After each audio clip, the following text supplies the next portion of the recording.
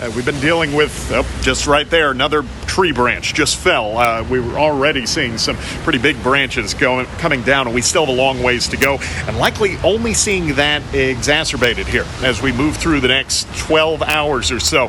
This is going to be a good chance for these trees and power lines to really start to look a little worse for the wear as we begin to see not only the extra ice accumulation on top of what has already been a very difficult situation for all of that vegetation, but now we're also about to see some more widespread rainfall and some gustier winds. That's likely going to cause some big issues when it comes to those tree branches coming down. Let me give you a little bit of a walk and talk over here, give you an idea of what I'm looking at when it comes to some of those tree branches coming down and really why this is such a big concern. So what we're looking at this point is essentially day 4 now of this icy weather event. This has been a scenario where if things haven't thawed, and they haven't, it's just weighing down on those tree limbs and really doing a lot of structural damage, and that's why now we're starting to see those limbs coming down fast and furious at this point.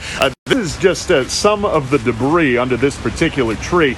Note, I am not going to walk under this. Not even going to walk under it just to give you a look, because look at the size of that branch that came down onto that vehicle right there, and that's the problem here. Some of these larger branches really suffering some serious damage, doing a lot of damage to trees all across the region. So if you're looking to travel through an area that is heavily wooded, all I would say is just be aware and make sure you're staying safe, because there's a very good chance that you'll be running into those down tree limbs, down power lines, debris across roadways, making driving conditions incredibly dangerous. On top of that, also leading to likely even more power outages moving forward over the next couple of days. There's a good chance that not only are we going to continue to see some of those outages that are in effect just sticking with us, but we're now going to see the issue with some of those new outages overnight tonight into tomorrow morning. I think there's going to be plenty of folks that go to bed tonight thinking everything's good. We're starting to see some warmer weather. The thaw has begun, and then you wake up in the morning dealing with more power outages, and that's going to be a bit of a problem for us.